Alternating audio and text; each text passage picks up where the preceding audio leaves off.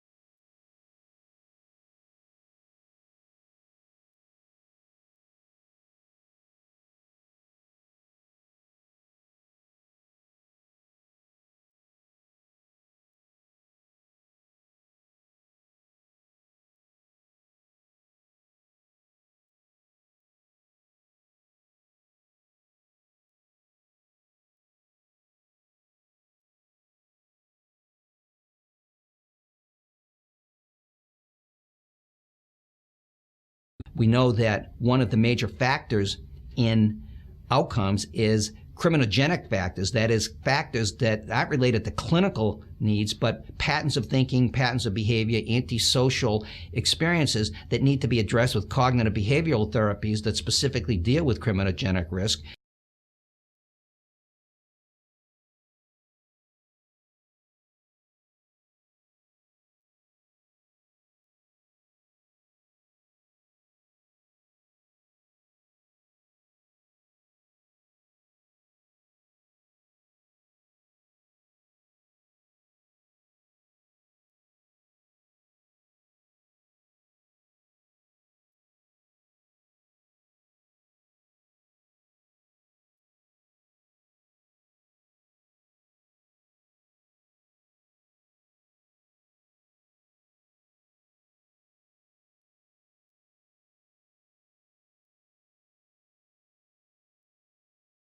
There's no question from the available research data that people charged with felony offenses can do as well as those with misdemeanors or better, and that the overall benefit in terms of potential cost savings are much more significant when in fact you focus on felons. When you have someone that's going to be spending 18, 24 months, 5 years, and you can divert them as opposed to someone that's going to be serving 90 days and gets time served by the time they get before the mental health court, where you really don't save any jail days. The reality is if you're targeting really cost savings at no added public safety risk, then you ought to be including felons in the caseload. And a number of communities have gone to the victims and said, will you give us permission to put this person in the mental health court? So that even on a case-by-case basis, sometimes when it's a felony, crime against person, they come into the court, and those people tend to do as well as misdemeanors. That it's a harder sell to the community in many instances, but the reality is they do as well, and there's no added public safety risk.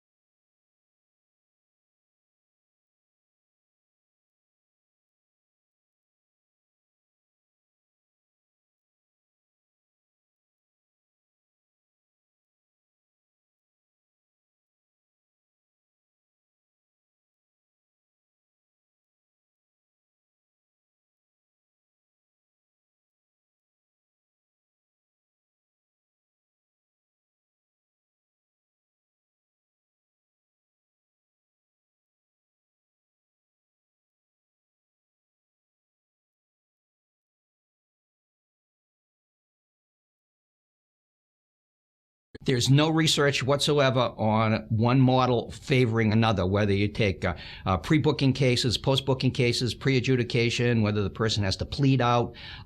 No data in terms of whether one or the other works better. It more is related to simply what can you set up in your community and what is the prosecutor willing to accept and what can you negotiate politically.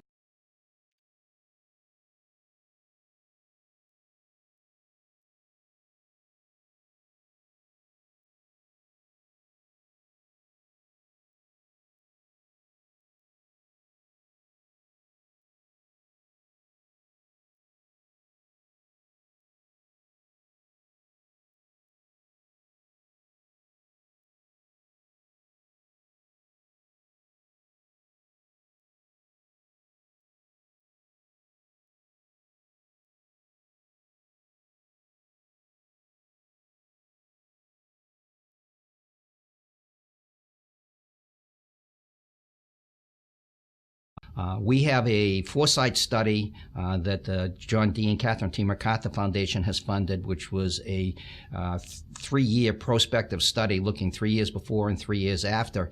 And what we find is diagnosis is not related to anything. That most of the clinical factors don't predict who does well from a public safety outcome or who improves clinically. That anyone that the court is equipped to enroll in appropriate community-based services will do well.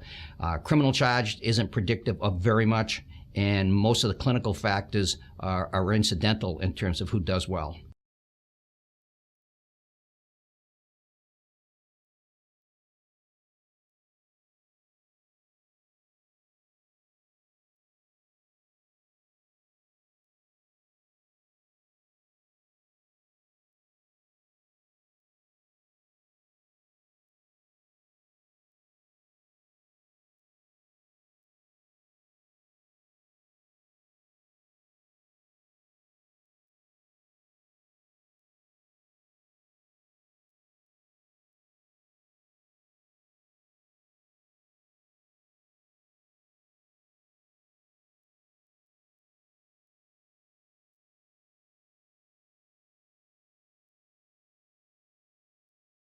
One of the goals of all mental health courses is to enroll the right people, to make sure that their programs are successful, but not necessarily the easy clients who would be successful in any case. Our research shows that diagnosis doesn't matter at all. Psychiatric diagnosis of psychosis, or whether someone has bipolar disorder versus schizophrenia. What does matter, though, is if they have a co-occurring disorder. And again, this is something I would recommend to mental health courts: document it. People who have a long history of drug offending, who have been in and out of jail, in and out of the courts, in and out of prison in many cases for drug offenses. And we have lifetime arrests for everybody. Whether it be self-report or FBI reports, those who have drug histories don't do as well. And it might be mental health courts might do well if they know someone has a co-occurring disorder and get them into the right kind of treatment. It mattered on reoffending, it mattered on reincarceration, it matters on the amount of treatment episodes someone has. If you're looking at fitting the best treatment with the client, it is important to know if they have a co-occurring disorder, especially if there's a drug court in the same community. Because in many cases, these are individuals who didn't do so well in drug court, and we know from the data, we know from the research in drug courts, people with a psychiatric diagnosis do not do as well in drug court in terms of their having good outcomes. Sometimes they end up on the mental health court docket, the newer game in town. And in fact, we find that if it's a straight mental health court without paying attention to co-occurring disorder, they don't do as well either.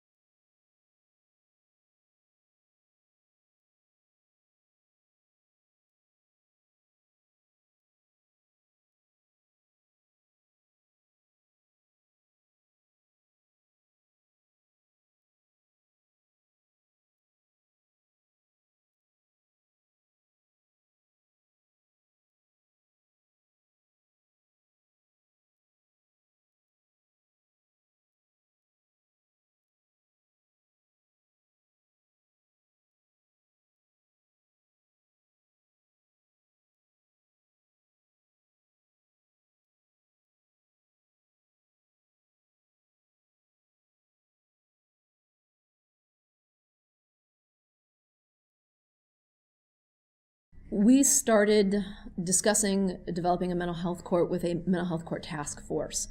And we discussed many things. One of the things is what was the population of the mental health court going to be?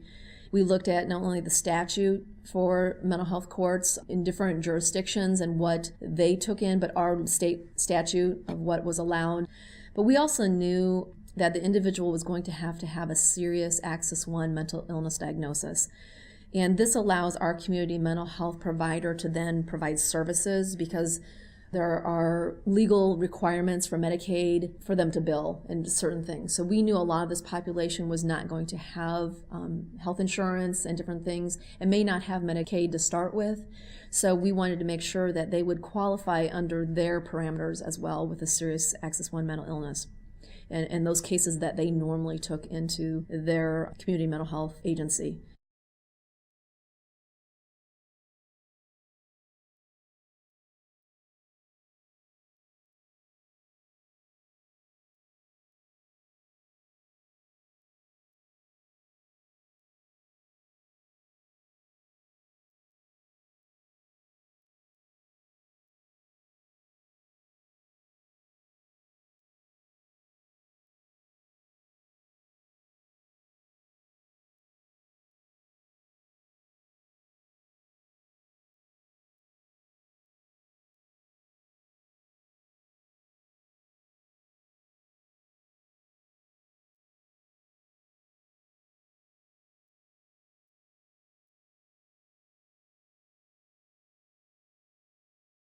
We do take pre- and post-adjudication cases. We take misdemeanor and felony cases. We have not had any public backlash or even backlash from the criminal justice system of taking more serious cases into felony cases. With mental health court, when we talked about developing our mental health court, we knew or recognized that we would have criminal charges that involved domestic violence because you had family members taking care of someone who was seriously mentally ill. And we thought it would be a very good way for us to help that family and help the individual with the mental illness. And we just went about it by talking to the family member or the victim in the case and making sure that they understood our mental health court program and were in agreement with that person participating in it. And so it allowed us to take those cases in. We felt more comfortable taking those cases in, and we've had the most success with those cases. And I think the biggest impact for not only the individual but the family, because we see so many breakdowns with the family structure over time with someone with a serious mental illness. So we feel like we've made the biggest impact and been very successful with those cases.